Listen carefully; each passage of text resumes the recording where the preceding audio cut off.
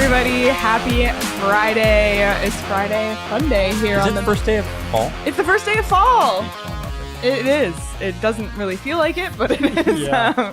You're listening to the PHNX Coyotes podcast, brought to you by the one and only DraftKings Sportsbook app, America's top-rated sportsbook app. Don't forget to hit that like button, subscribe wherever you get your podcasts, and leave us a 5-star review. I'm Leah Merrill here with Steve Peters, who is already cracked open a beer for the second day in a row. And I figured on it was the show. First day of fall, so I'd go pumpkin porter. I love that. I would join you, but I am drinking a lot later, so I need to save it all. It's your Friday, and you still have fun. It's I'll fun be in Friday. bed by the time you're going to have fun. It's fun Friday, as I said. Yeah. Like yesterday, Craig will be joining us midway through the show, live from the IceDen with updates from day 2 of Arizona Coyotes training camp. Maybe we'll get some more photo bombs like Tyson Did you see Nash. his stand-up? Like a stand-up that for Craig does a stand-up. He brought his phone and did a little interview at the IceDen. Like, did you see it? Yes. Like, could we have one of the people here that went to journalism school tell him about how to frame a shot? I'm going to give you an example of Craig at his. This is Craig at the IceDen.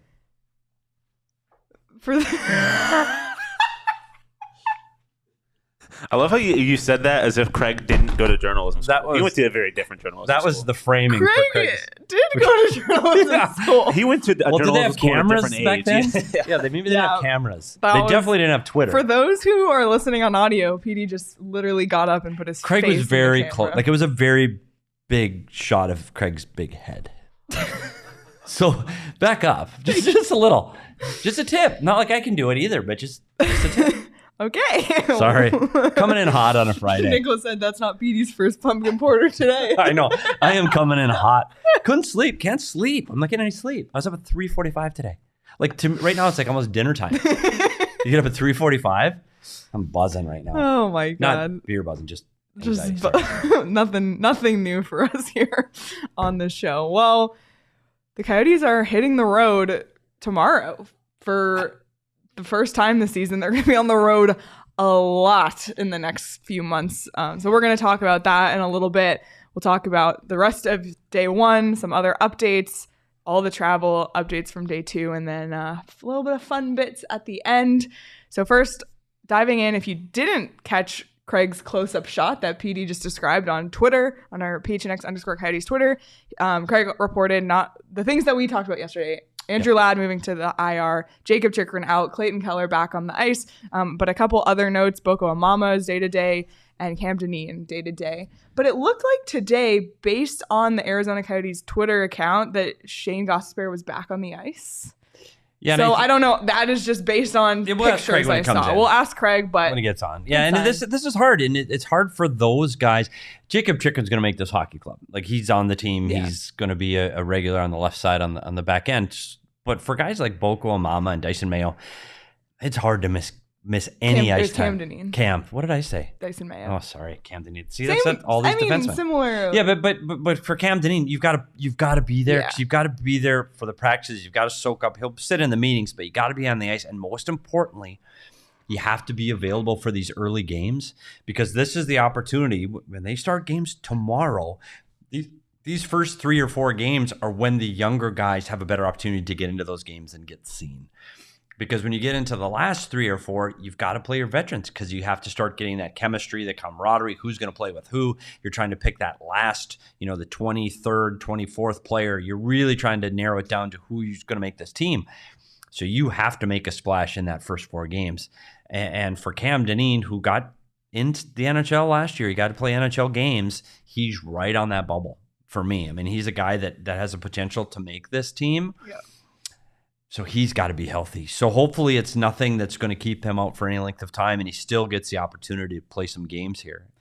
Are games always played this soon after training camp starts? Why does it feel like there's no time at all on the ice, and now they're headed to Wichita and Tucson Saturday and Sunday? When I was driving in today, I was trying to think of the old school training camps. Yeah. Like, Keith Tkachuk, Jeremy Roenick, like old school training camps. They weren't this. So first, guys didn't come in shape like they do now. Yeah. They came in to get in shape. Yeah. Right. And day 1, guys maybe hadn't skated as much. Now guys skate all summer. Guys don't have personal trainers. They didn't then. They do now. So that part of it's different. And the rules that the CBA has provided are much different. We talked about the 3-hour rule. So these first 5 days of camp, you have 3-hour rules. From the time you have your first scheduled event, whether it's an 8 o'clock stretch or a meeting or whatever that is, you have 3 hours. That's it. You have to play for 3 hours. Back then, whatever you wanted. We have 2 days. We're going to skate at 9 in the morning. We're going to skate at 3 in the afternoon. We'll have a meeting at 5. Like, tough. This is your job. Yeah. So that was different. And the other thing that was different is it took a lot longer. You waited 7 to 10 days before you played a game, and then you played a lot of games. Like, you could play 8 to 12, and you just don't play that amount of games, and you play games right away now. I mean, I understand the need for the games. They want to see players in that game competition, how they compete against the opponent. They've been, practicing for so long over the summer against each other. But what it doesn't allow you to do is it doesn't allow coaches to implement their systems. And I know we talk a lot about systems.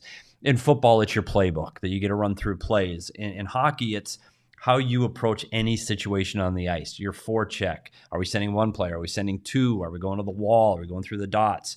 All of those things you need to practice, you need to do on video, and you need to practice again so that they become second nature. The problem when you play a game on day 3, you have no time to do that. They haven't had time to do power play and penalty kill practice. There's no way they've worked on special teams yet. You just don't have time. You have 3 hours over 2 days, and you're playing a game. So they're going to go into Wichita, the game tomorrow, without working on their power play and penalty kill. Now, is that a big deal? Probably not. No. But at some point, you've got to start working on things, and you play so many games in so many days. Yeah. Practice days dwindle in a hurry. Yeah. And so it's really important, mostly for these games. These early games are the new draft picks, the guys that PTO guys and young guys to show, hey, here I am. Like, I expect a fight or two. That wouldn't surprise me at all. You're going to see guys over these first 2 days that might be gone early next week. Yeah. So you got to show something in these first 2 games. We'll talk to Craig when he gets here about when we can expect the first round of cuts and when the cuts will be happening. But just some dates to know of significance based on, not everyone in training camp is obviously going to make this roster. And, they might decide who they're going to cut based on these schedules, which is that the QMJHL started yesterday. The WHL season starts today. The OHL season starts next week. So all of those teams and leagues are getting back into it. So maybe, if you're deciding, if you've made the decision that they're probably not going to make the team, maybe that factors into your decision making. And then Tucson Roadrunners training camp begins October 2nd. Yeah. So all these happen quick. And it's very and that's fast. why these games for those players are so important. But this is one thing interesting that I read in Andre Tournier's comments yesterday was he wants to, in these games, he says it's very important. He wants his veterans to play 4 games. That I think it's important for the guys that he's got penciled in on the team to get 4 games. Well, so his strategy, according to what Craig wrote, is he plots out and puts those guys in first. Where do I see these guys fitting over these 7 games? Then I fill in with the young guys. And what I've seen, I've been in the room, and I know in the Rick Tocchet era, it was literally the opposite. You'd put up 20 slots and you'd for each game, and you'd put them up and you'd fill in the guys that the scouts, the management, assistant general manager, all those guys had to see. We're going to put those guys up first. This guy has to get a game. He's got to get 2 games. We really want to get a better look, like a Dylan Guenther. We really want to get a good look at Dylan Guenther. So let's get him penciled in first. Let's get his workload first. So they went the opposite. Did the rookies first, the young guys first, the guys you really wanted to look at first, and traditionally early. But like a guy like Guenther, yeah, we're going to put Guenther in one of the last games because we know the other opponents are going to have their NHL guys in, and we want to see if he can compete. And then you start filling in the veterans, like a Shane Doan, for example. Well, Shane ramps up. He's been here enough. He only needs 2 games. Phil Kessel, Phil, we know what Phil is. We don't need to see Phil. We don't want him getting hurt or fatigued. Phil will play 2. So it goes almost the opposite. So to hear Bear saying that he wants to get those veterans and really get them focused on 3 or 4 games, get their cohesive playing together. I think that's a testament to how many different players are on this roster. Yeah. How many veteran guys and older guys he's bringing in to a new system and a new surrounding with new players. So I think that's why it's so important for him to go about it that way. Yeah, it's really interesting. It's a big challenge for the coaching staff for sure to map this out, and a bigger challenge not just for the coaching staff because they have to decide the rosters, but not only decide the rosters, decide who they're sending where. Because starting tomorrow, like we said, the Coyotes are headed to Wichita, but not all the Coyotes, because the other group of them are headed to Tucson. Let's pull up this map that Sean made. We gotta give Sean a shout out on this one. This is an outstanding, unbelievable graphic. So over the next 15 days, the Coyotes do not play. I mean, you can count Tucson. Tucson at least is in Arizona, but the Coyotes do not play they play a quote unquote home game. Wichita is a home game technically on the calendar. Wichita, Tucson, I'm going Tulsa, to Wichita, Anaheim, Vegas, Vancouver, and Boise from started September 24th to October 8th. And that's over 7,000 miles traveled if you just kind of map that out. Absolutely unbelievable. And let's not forget how the Coyotes start their regular season on the road. They start with their first 20 of 24 on the road. 20 of 24 on the road. So the Coyotes are not going to be 27 of 31 games on the road.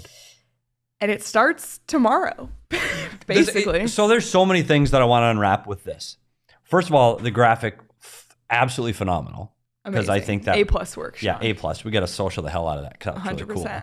And so the mileage, 7,500 miles over that day. Now, a couple things. We talked about they've still got, you've got over 45, 50 guys in camp right now. So not everybody is going to travel to 7 games. Okay. Like the guys that we talked about, they have enough players now that they can fly to Wichita tomorrow. And there's enough players here to go to Tucson the next day without having overlap. Because interestingly enough, when you travel for preseason, most often, if allowable, and it works, teams fly day of game. And the Coyotes will fly day of game to Wichita. Now, what does that mean? Well, why they do it is they want to get a practice in here, and you're leaving those other guys behind. So Coach Tourigny and his staff want to work with the group that's staying. They want to have them in meetings. They want to have them on the ice, but they still want to be able to focus on the game. So they want to be here in the morning. So that's the reason they fly a day of game. The other thing it does, and it cuts down on some expenses, no hotels, no meal rooms, but most importantly, you get to give attention to the guys that are left behind and staying here. So now you're traveling, and you get back, you're playing in Wichita, 2 time zones away, you're playing late, you get in town, I don't know, you get into bed 1:32 in the morning, so you don't want those players having to get up and go to Tucson the next day, because that's how you start getting injuries. But guess who does have to go? The support staff, the coaching staff. Like, I can't wait to see Bear in Tucson. He's going to be a tired man. Yeah. But those guys have to see all of the players, the coaches, the scouts, the management team. You've got to see the players in Wichita. You've got to get up and you've got to go see the players in Tucson. You're evaluating those guys to make that team. So it's imperative that you make these trips. So now you're traveling day of game. So that will make a little bit of difference in travel, but think of that on your body when you fly a lot. You're getting up. I get exhausted. I'm just like a normal mid-20s person. Practicing here, getting on a plane, flying to Wichita. The second you get off the plane, right to the rink, get dressed, change, play, back to the plane, come back. That's hard. Yeah. That's really hard. So I have never been involved with a team or a franchise that played every single preseason game on the road. I've never seen it. I'm concerned mildly about, we talked about injuries. The reality is they have to do this. There's no choice. We talked about the facilities at ASU are not ready. They have no choice. They've got to play these games, and this works out the best way to do that. But it's hard, and it's hard. It's hard on your body. It's hard mentally, and you're not at home. And when you're looking at a daunting schedule of playing 20 of 24 games on the road already, and we're talking that schedule, we've seen it. It's from the upper northeast part of this country, and it ends going all the way to the southwest. It's a hard schedule. And when you go, okay, training camp, I've got to do what? To where? To Tulsa? Boise? Wait, but can you give me a map? These are not traditional. They're not NHL markets. So, which brings me to the next point. Is these are not NHL cities. So what does that mean? Well, if you're landing wheels down and you go right to the rink and you go to any NHL city, every coach, every equipment guy, medical guy, video guy, Everybody there, every player knows exactly where to get inside the building, where to go for your locker room, where to get dressed, where the coffee pot is, how to get out to the ice. Everything. You know where to go. In NHL cities, you know the procedures and how things work. The equipment guys can get from the truck at the loading dock, and they know right where to go. They don't know where to go in Wichita or Tulsa or Boise. They're not NHL cities. They've never been there before, and you roll in and you've got to play in 2 hours. It's not, I know it seems small, but as a video guy, we went to the craft game, and we were in Sylvan Lake, Alberta, and you're like, where do I plug in? Like, where you're like, I don't even know where the outlets are. And I swear there was no outlet in the room I was supposed to set up in. I have 4 computers. Like, I need power. So we spent an hour trying to get me power to that room. And I know it's just a small example of some of the things that they won't be prepared for until they get boots on the ground. And I tell you what, the Coyotes are the home team tomorrow. So they're responsible for all of those ancillary little things. It's going to be all hands on deck when they get there. And it's, luckily for the players, they'll walk in and go, okay, your stall is there. There's your stuff. Go play. It's the other people. It's the other support staff that are going to have to bear the brunt of how does this all work. The good news is when you play in non-traditional markets like this, people show up. Yeah. People go. Like, you play in Anaheim at the Duck Pond in a preseason game on a Tuesday, it ain't going to be full. You go to Boise, Idaho, it's going to be full. Yeah. And if you read Craig's story too, a lot of the GMs in those cities, because there's, ECHL teams, et cetera, in those cities, talk about just the demand for tickets and how quickly things sell out. And, there's some of these cities, they don't have major sports teams. So this is, their one look this year at a major sports team. And there's definitely demand for it. And on the flip side of this whole thing, which, shout out to the Coyotes staff and for NHL sure. staff, and not just the Coyotes, for the visiting, for like St. Louis and Anaheim coming in as well. But to grow in these cities, we talk about how important just growing the game is, and we always fight for Arizona as a hockey market. It's really great to get to go to these places, Kansas, Oklahoma, Idaho. Those are places that you don't necessarily think of, but who knows? Maybe little kids come to this game, and this is the thing that's going to make them decide they want to play hockey. And then in 15 years, we're going to see the first overall pick from Tulsa. Yeah. That's what's so special and unique. And I think, obviously they're playing other teams, but the Coyotes, especially on the games their home teams, have a unique opportunity to grow their fandom across the country. Yeah, you're 100% right. And not only maybe one of those kids is wearing a Kachina here in a week, but they love the sport and they watch it on TV, or they become a hockey fan from this.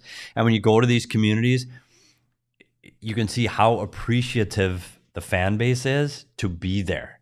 Like, there will be a buzz in the town. You roll into the rink, there will be a buzz outside the building. And it's hard to get that for preseason hockey. It's hard to get excited in those bigger cities. Like you talk about LA and Anaheim. And like, people don't flock and sell out preseason games, but they will in neutral sites. And that's what Javier Gutierrez said. It's an opportunity to get Coyotes fans in non-traditional markets in places we hadn't looked before. And especially cities like that might not have a team that they naturally cheer for. Maybe they're going to this game saying, I'll decide who it's people. The way people decide to be fans of teams is so it's random. If you don't have that team already. If you don't have it. And I mean, maybe people in Tulsa are Dallas Stars fans because it's the closest market to them, but maybe not. Maybe they're looking, maybe there could be people going to this game who've never seen a hockey game before. Like, that's what's so exciting about this. So it's really a great opportunity for the Coyotes. So all the hard work will pay off. Yeah. And I think the other thing to keep in mind through these games and the travel and all of these things, there's a couple things to look at for Coyote fans specifically. One, don't worry about wins and losses. I mean, we're hardly going to worry about wins and losses in the regular season. So sure as hell ain't going to worry about them now. Make sure guys get through it without getting hurt. That's probably the most important thing I want to see if I'm a Coyote fan. I don't want to see guys getting hurt in training camp. I mean, we saw Barrett Hayton go down last year in training camp. It's going to happen somewhere in the league. So let's hope it. Quentin Byfield, the star in LA, went down in the rookie tournament last year and was out for a long time. We don't want to see that in this competition early for any teams. Let's get everybody going healthy. That's number one. And secondly, we want to see how some of these names that have been acquired, whether it's a guy like Dylan Guenther or it's a guy that they're just bringing in, how does Zach Cassian fit? What is Nick Bukestad looking like? I think it's an opportunity to really see how these guys are going to fit. And most importantly, they need to work hard. Well, let's hope that the ground is set right now that this is the way the Coyotes are going to play, that they're going to work hard. And that's what we're going to see. So I think for me, watching the Coyotes, I want to see a team that works hard, comes out with injuries, and see if the new guys fit in. So that's what I'm looking for. And honestly, I want to see the goaltending. Where does the goaltending fall out? I'm sure you're going to see more opportunities for everybody to play a little bit. Mm-hmm. You know, with Veggie being the de facto number one early, I'm sure he's probably looking at 3 starts. And he'll probably play 2 completes, a third start, and cut it in half. But you want to see if they can get some consistency in the goaltending and maybe pick up another goalie before this whole camp is over. Yeah, we'll see what happens. RG in the chat is a Coyotes fan that'll be at the Tulsa game. Oh, that's fantastic. So tweet us a picture of yourself in the crowd, RG. And also, YKB said Boise is a great hockey town. Lived there for 2 years. They love their minor league hockey team up there. So it's going to be a lot of fun. And those are, we talked about hockey cities. They might not be NHL cities, but they are hockey cities. Like I know the Steelheads up there in Boise, it is a great little hockey. It's a big, small town in Boise. And I know they support their team. Absolutely.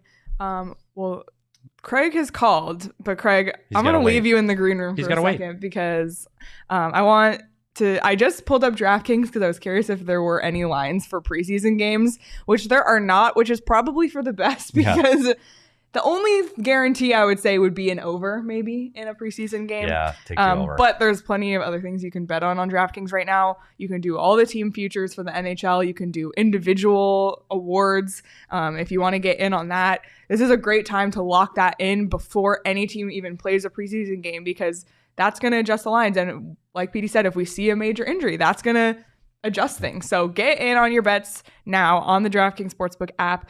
And Sean, for his weekly pick of the week, Sean, what do you got? And nobody's going to be shocked. Yeah, no surprise here. It's Buffalo Bills -5 at the Miami Dolphins. Nice surprise. I mean, I'm going to keep picking it until they give me a reason not to. Everything they've blown out both opponents that they've played Bills so far. I just don't think the Dolphins are going to have anything for this Bills team. So -5 seems a little low considering how good both sides of honestly, all 3 factors of the Bills have been. Offense, special teams, and defense. So is that the over too? If I want to do the same game parlay, what is the over set really at? It is set at 53.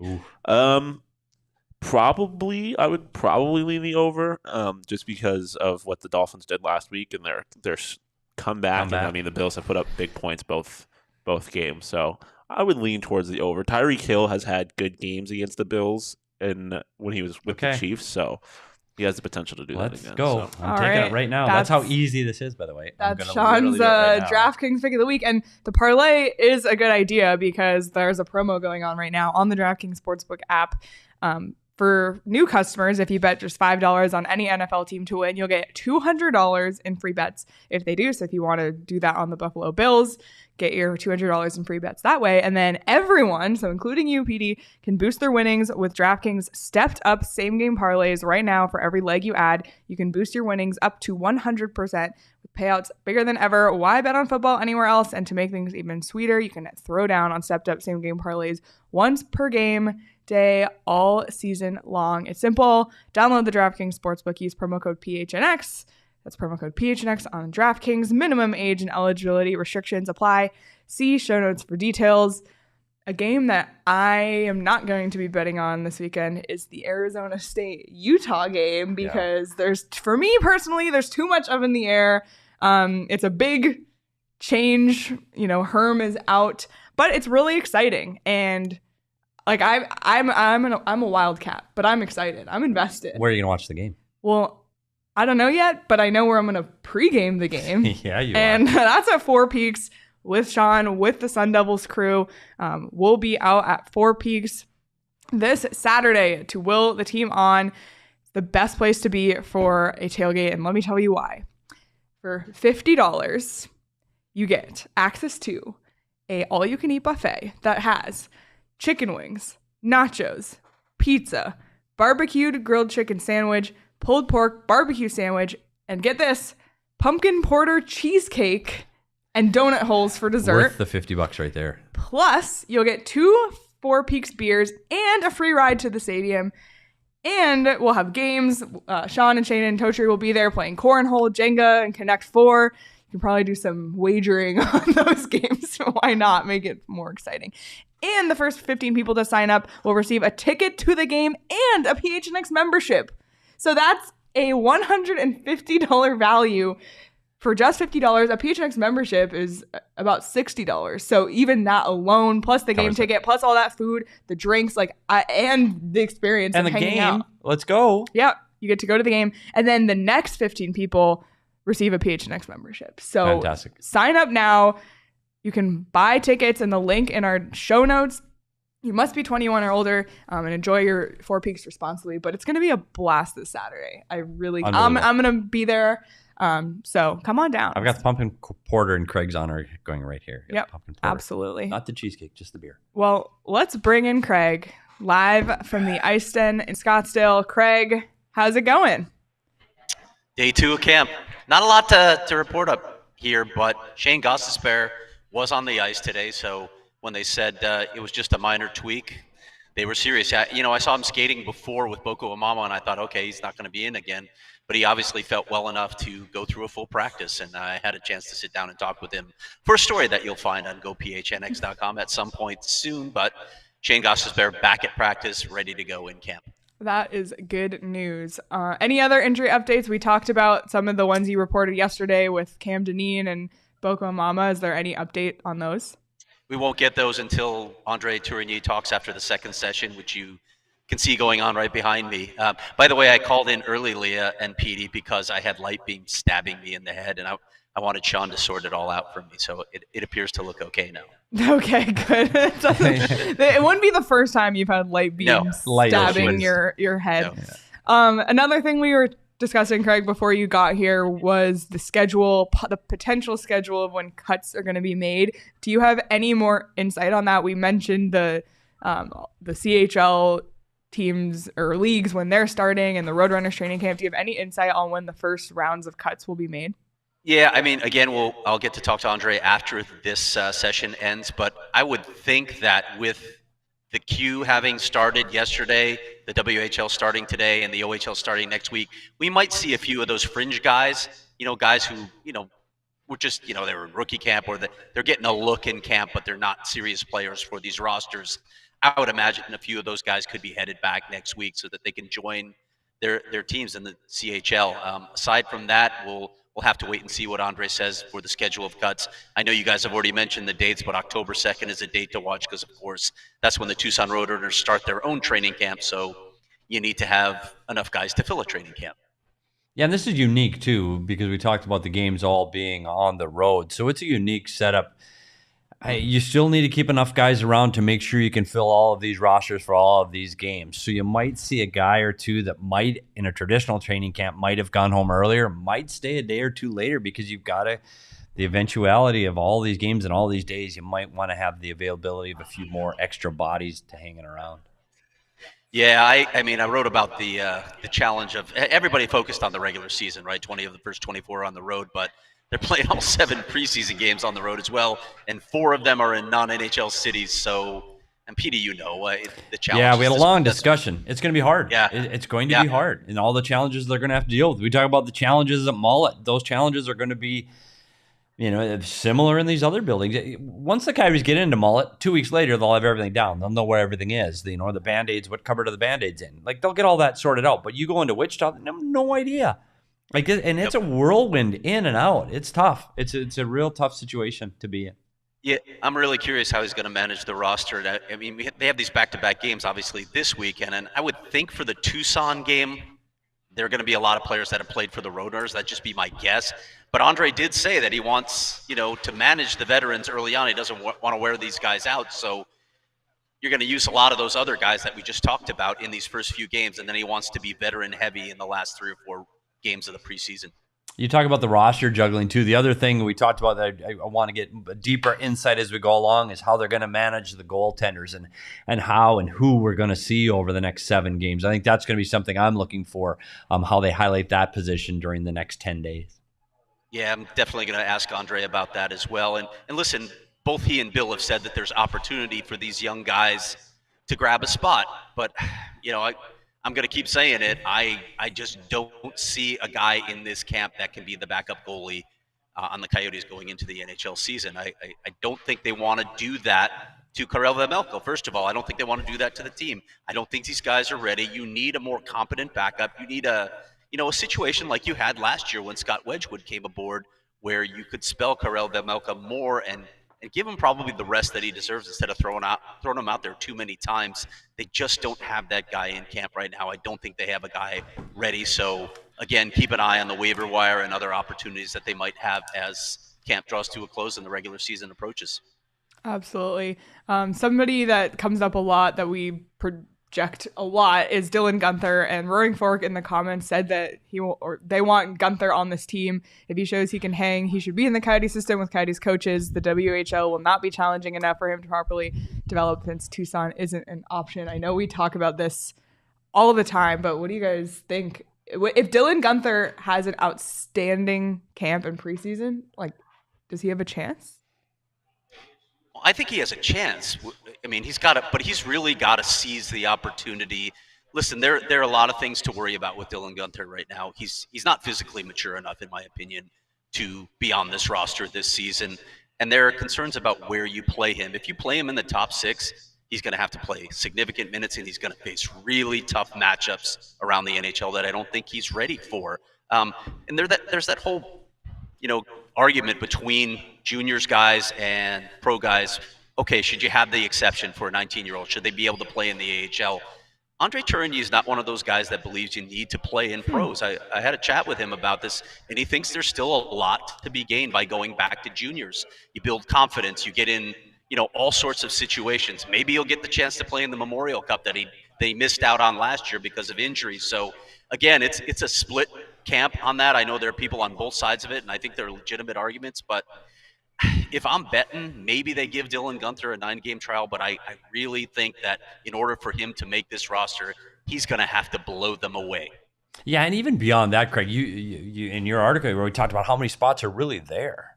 You go down the roster, you can pencil 10 guys in, or pretty close to penciling 10 guys in before you even start. And then you got to look at Chason. You want to give Alex Chason, Stanley Cup winner, veteran guy, on a PTO. Do you see that being a better fit for this club right now than a Dylan Guenther? Well, frankly, I do. I want Dylan Guenther. He's the future. He is a guy that's going to be here when this team comes through the other side and they start winning. Absolutely 100%. I believe that. I think he's going to be a top 6 forward in the National Hockey League. I think he's going to help this team get over the hump. It's just not right now. I don't see him being a good fit in the top 6 for this team right now. And if you're going to have him on the bottom 6, he's not getting enough ice time, not getting enough touches. He's not on the power play. So why would he be here? I don't think that's the right path for development. But guess what? I don't work there, so it's not my problem. I'll sit and I'll defer to them. But you got to look at Chason fits exactly what they're trying to do. Bring a veteran guy into the room, do it the right way. He's a bigger body guy. I just think that makes more sense. So I'd be very, very surprised, Craig, to see a guy like Dylan Guenther crack this lineup. Now, playing a game or two, that wouldn't surprise me. Just to see where you stack up. And it also gives Dylan Guenther, if you get him in a game or two, to go, oh, okay, I get it. This is big boys now. And it might be a little bit, I got to go work on some things. And it might. Mm-hmm. It might just go, okay, there is more to my game I got to work on before I'm ready for this for 82 games. So we'll see. We've got plenty of time over the next 2 weeks, 2.5, 3 weeks to see how this ends up. But that would be my guess with Dylan Guenther. Yeah, he could play third line minutes and they could still give him power play opportunity. But the other thing that we've talked about a lot on this show is this the right environment for Dylan Guenther to grow in? Is he going to struggle because maybe the players he's playing with and not have the kind of success that you would want him to have and build the kind of confidence? I don't know.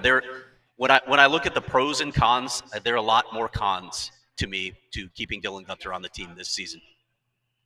Yep, absolutely. Craig, what timeline can we expect to hear the rosters for Saturday and Sunday? I know people who are attending those games are probably curious to know. Obviously, Group 2 is on the ice right now, so there's still the rest of this day to get through. But when do you expect us to hear a roster announcement? Well, I was hearing that they'll release it a little later today, so not surprising, of course. They've got 2 games on this weekend, so they got to sort that out. But we should be getting something fairly soon. And not that I'm going to share it with people because they were complaining about the roster I put on Twitter yesterday that it was too blurry. So, I may not share it with them after all. Did you see the comment? Which comment? The one Roaring Fork had. I get Craig and Petey's point, but I do remember the same argument against guys like Lucas Raymond last year. Yeah, well, we're not saying it can't happen. I mean, there have been instances where guys come up, but to Craig's point and what exactly he's got to blow it out of the water. Like he's got to be, oh my. Like we example, even last year when we first started doing this show, we said Barrett Hayton probably needs to go to Tucson for the entire year. We said it for weeks going into training camp, probably going to be down in Tucson. And guess what? He was really, really good. He was physically more mature than we had expected him to be. He was physical. He was providing offense. We go, wow, Barrett Hayton was really good. He just worked his way onto the team. Then he got hurt. So, yeah, it's absolutely possible to do that, but you have to be exceptional. The bar is set even higher for a player like that in a situation like this. Yeah, and I want to point something out, too, and this is not a criticism, but I see a lot of people on social media saying, well, I think that Dylan Guenther is ready for this. Honestly, none of our opinions matter, and we're not the guys who are paid to evaluate. We're not the guys who are trained to evaluate these players. Those guys are internal in this organization.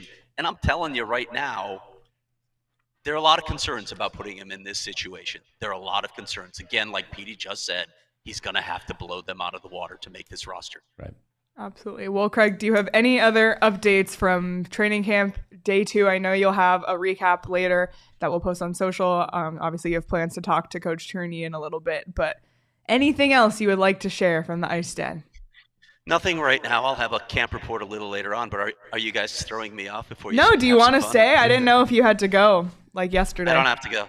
Okay, then hang around because we're going to dive into our fun Friday segments here. I know Petey is teeing up for a classic Petey rant about something. So fun topics to talk about. But before we do, last night we were on the show at 11 a.m. I was here all day, left, came back to produce the D-backs post-series, which they do a great job if you're a baseball fan. Definitely check out PHNX D-backs. But we were watching the game, and it was late, and I got on one of our recliner chairs and fully reclined it with our giant TVs watching the end of the game. And I thought, if I have to come back to work at 9 o'clock at night, but I get to lay in a recliner with a cup holder and a tray. Did you fall asleep? I did not. And a charger. And a phone charger. Built in. Built into the chair. Petey, you know what would happen if you and I did that? We'd fall asleep. Buddy. Well, we're going to be watching some Coyotes games there, so... good thing we have a Keurig. We'll get you guys some caffeine. I can see the chairs right here, right now, and I'm ready. I know. Maybe after I'll grab a Four Peaks and join you in the chair there. But thank you to More Furniture for hooking up our entire studio with amazing furniture, not just those recliners. If you've seen shows in our other studio, those chairs and the tables, everything, our office chairs, More Furniture really hooked us up. And if you're looking to get new furniture for yourself, for your home, for your office, check out their fall sale at morefurniture.com. And if you're continuing to decorate, if you're in that vibe, you should check out Foco.com. We haven't talked about Foco in a while, but they have the best Arizona merchandise. They have officially licensed gear for men, women, and kids, and everything from bobbleheads to swimsuits to Crocs. Crocs are in. They're back. This week they have brand new Cardinals hoodies for you Cardinals fans out there. It's the ultimate loungewear, similar to a Snuggie. It's the first day of fall. Yeah, that's what I need. I need a Snuggie. Yeah. You know how humid it is out there? Well, here, but not in a month or two. I miss football weather like that where you could put on a Snuggie or a hoodie. I miss it. Sean is nodding and sighing in the back. Fall crisper. I know. There's nothing like it. Head on over to Foco.com for all non-presale items. Use the promo code PHNX for 10% off. All right. Petey, you had something you wanted to talk about and I'm going to hand it over to you. See, and I know this isn't appropriate, and I know there's we have plenty of people that are coming in just for the hockey chat, so this is the time where you can tune off for a minute and grab yourself a Four Peaks beer from the fridge. Because I had a little problem, and now we know my anxiety level runs a little hot, and I have things bother me more than they bother other people, right?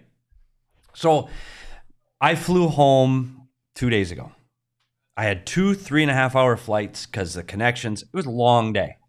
Unfortunately, between my 2 flights, I did not get a chance to eat because one plane was late and the other one was early. I had to go from one plane to the other. No lunch. Again, that's fine. That's my problem. The 2 people in the seats, I was the window. The people in seats B and C were already seated. I sat down and they had brought food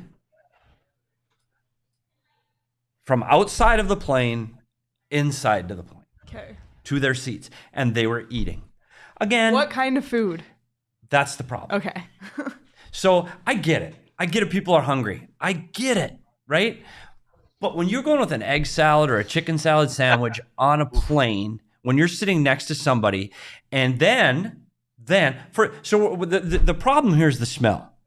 This is I want to have a courtesy level of your fellow flight partner. I don't know what we're going to call each other. They're a seatmate. We're touching elbows. I don't know if that's an appropriate food choice prior to takeoff. And then the bigger issue is you don't finish it and throw it away. No, because that would be too. I'm sitting there thinking, eat the damn thing, throw the wrapper out. Maybe I can survive. But no, let's wrap it in the brown paper.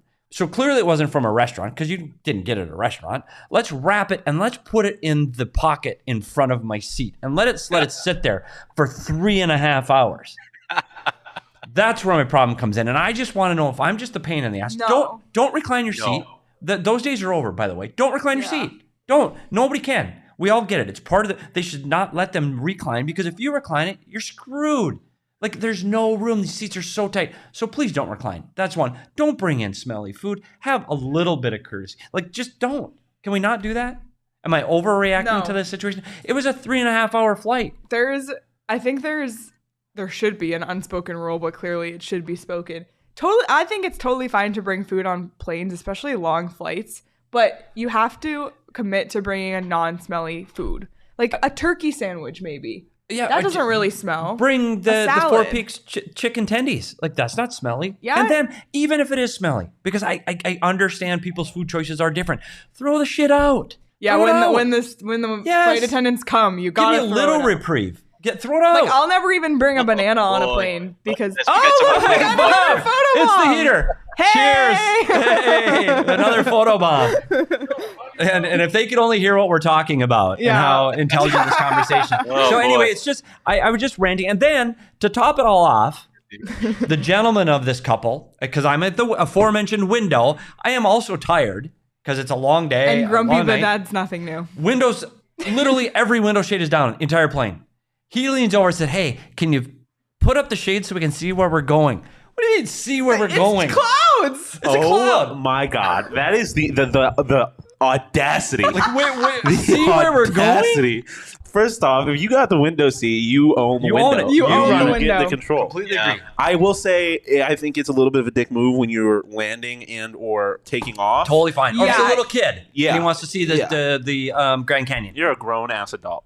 But take off and landing. Can we see where we're going, buddy? Like, what do you want to see? The clouds. Right, that's it. It's clouds in the sky. And I'm trying to watch my iPad. 3,000 miles. Trying to watch my iPad with the sun coming through above the clouds, and I'm going, I can't see my goddamn show now, so I got to cover it.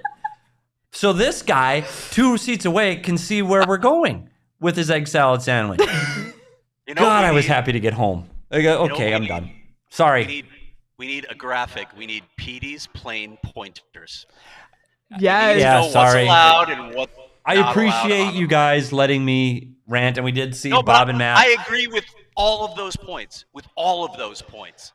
You're dead on with all of them. I had to fly cross country with some dude who decided to get onion dip onion dip, and he's sitting right next to me. And it was like you talked about too. This was a slow process. I'm gonna eat a little bit. I'm gonna put it away. I'm gonna eat a little more. So it was the entire flight. No, see, got again. onion just wafting into my nose. It was. I will caveat, Craig. When we used to fly together on the team charter, literally, it's almost the opposite. But that's how much different can I, because everyone knows each other. How much can I piss the guy off next to me? Like, that's the challenge.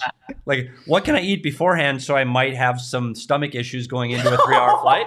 Yeah, buddy. Yeah, you're going to deal with that, Bronco. So you want to pin the guy against the wall with some difficult opportunity. Yeah. So that's fine. Totally different situation here. Take your shoes off. I don't care if you're walking around barefoot in the charter. Because no, that's another one. Can't do it on another plane. Leave your socks on. Leave your socks on. Yep. Leave your shoes on. Yeah. Please. Okay, I'm done. But are we going to the next Friday thing? Continues to talk. Can we go to the next Friday thing? Sure. Because this thing? Yeah. The binge? Because this ties into it. Okay. Just lead us there. So now I can tie into my plane rant into my Friday weekend binge because I had binges interruptus. Because so I had flights. I had 2 flights going east. I had 2 flights going home. On the flights going east, Craig knows about The Sinner. It's a USC show, The Sinner. You can find it on streaming as well. Unfortunately, season 4 is not streaming yet. On my American Airlines flight, lo and behold, season 4 was there. Wow. Money. I started it on the first 3-hour flight. I continued it on the second 3-hour flight. I have 3 episodes to go. No problem. I'll watch them on the way home. Delta does not have the USA Network or Sinner. So here I am with 3 episodes to go in this high-stress drama. And I'm screwed. I don't know what I do. Like, I'm stuck. It's nowhere to be found on streaming. I could pay for it. But I know it's $2 an episode, so you probably should pay for it. But it's the principle. So now I'm stuck. So that's my weekend binge. It's Binges Interruptus, The Sinner Season 4, that will be on Netflix at some point with Bill Pullman. Oh, that was phenomenal.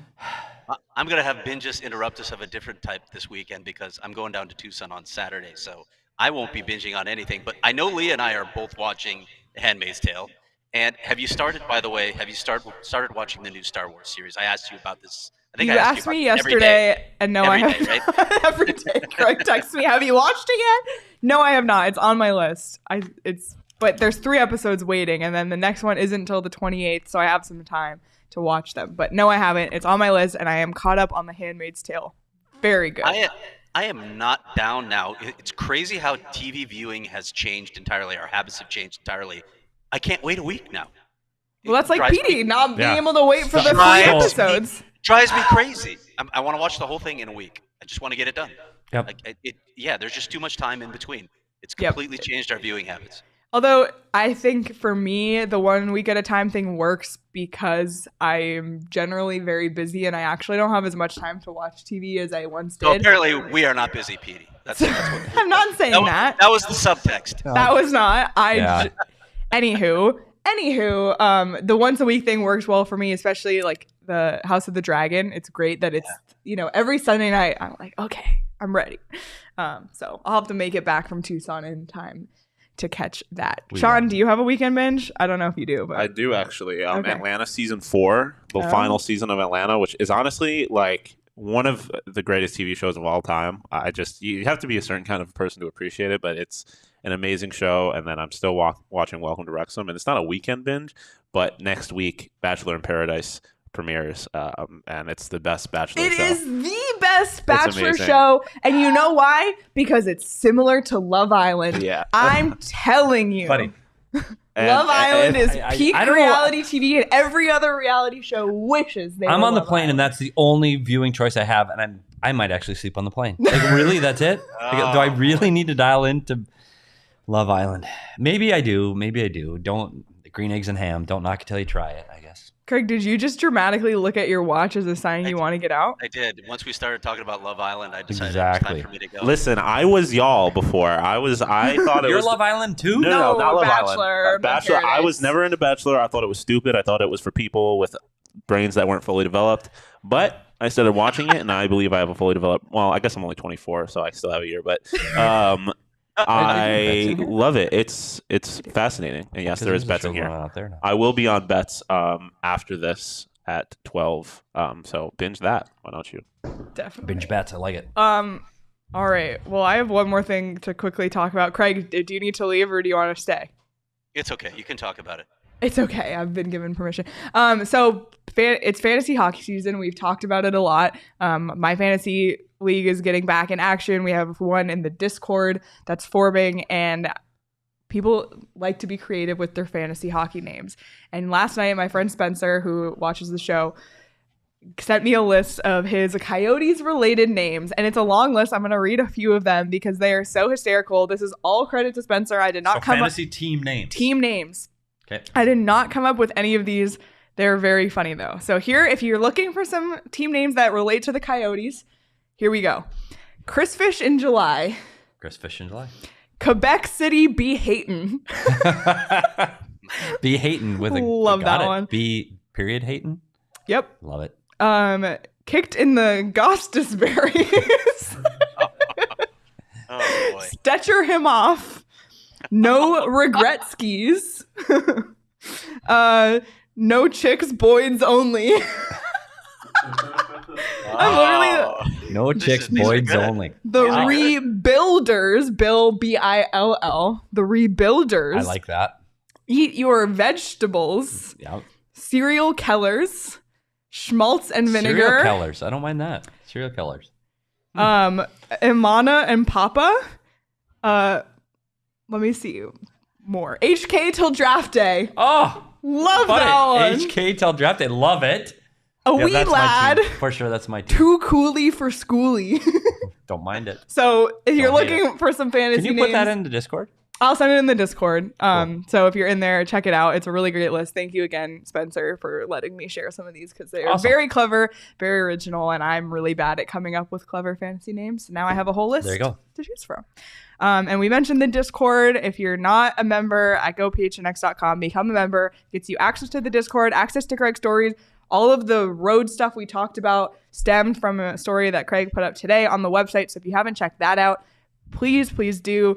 Tons of stuff coming on the website from Craig, and not just Craig, but all the talented writers here at PHNX. So check it out, become a member, sign up for an annual membership, get a shirt from the locker, or you can try out your first month for just 50 cents if you want to do a month-to-month membership. I also talked about the D-backs show last night. They're actually doing a meetup at Chase Field tonight. So kind of last minute, but if you're looking for something to do on a Friday night, go meet the D-backs crew at Chase Field because with game time, the tickets are literally $13 to go to the D-backs game tonight. This is the last 3 home games the D-backs have this season. So you won't be able to see baseball until next spring. There's fall league, but MLB baseball, that is. So they also just released $11 bleacher tickets today on Game Time. So that's why Game Time's so great, because if you're on the fence about going to the game, like today they released even cheaper tickets. So there's no better place to buy tickets than Game Time. We encourage you to go to the D-backs meetup tonight. Check out PHNX_D-backs on Twitter for more information about that. But Game Time it's the hottest new ticketing site, and it makes it easier than ever to score the best deals on tickets to sports, concerts, and shows. There's some people in the chat who are going to the games in Boise and Tulsa, and that's awesome. That's all on Game Time. So check it out. Not just sports, but concerts and shows. Save up to 60% on tickets when you buy at last minute. Great for all the procrastinators out there. If you love PHNX, then you'll love Game Time. And the best way to support us is by buying your tickets through the link in our description. So scroll on down and buy your tickets there. And we encourage you to buy Coyotes tickets there as well, because you're not going to find anything cheaper. I think that's it. Any other final notes? See you in Tucson. You're pushing your chair back, ready to go. A lot of pumpkin porter. It's almost noon. I got to either fill up or go home, one or the other. And I guess we're going to Tucson. We're going to Tucson. We'll be there Sunday. So if you're headed down, let us know. Come up, say hi. Please say tweet hi. At us. Let us know in the members only Discord. We know a lot of people have told us already, but let us know. It's going to be a lot of fun, and we'll have full coverage of the game on the PHNX Sports YouTube channel, as well as PHNX_Coyotes on Twitter. So lots of good stuff. Craig, anything else before we head out? Looking forward to the donuts. Absolutely. Can't wait. You can get donuts Saturday night at Four Peaks and then Sunday in Tucson. Truly. There we go. Pumpkin porter cheesecake. Oh, it's going to be a good eating and drinking weekend. Buddy. I'll tell you right now. I wonder if that's on tap right now. I might go pumpkin porter cheesecake for lunch. Absolutely. Thank you all so much for watching. If you're coming on Sunday, we'll see you Sunday. If not, we'll be back. Well, we'll actually be live on Sunday as well. So while you're watching football or baseball, tune into the PHNX Sports YouTube to catch our post-game show of sorts for that Coyotes preseason game. And then we'll be back live Monday as well at 11 a.m. So subscribe to our YouTube. Follow PHNX Sports across all social platforms as well. And follow us on Twitter at PHNX_Coyotes. Enjoy the rest of your weekend, everyone. And we'll see you Sunday.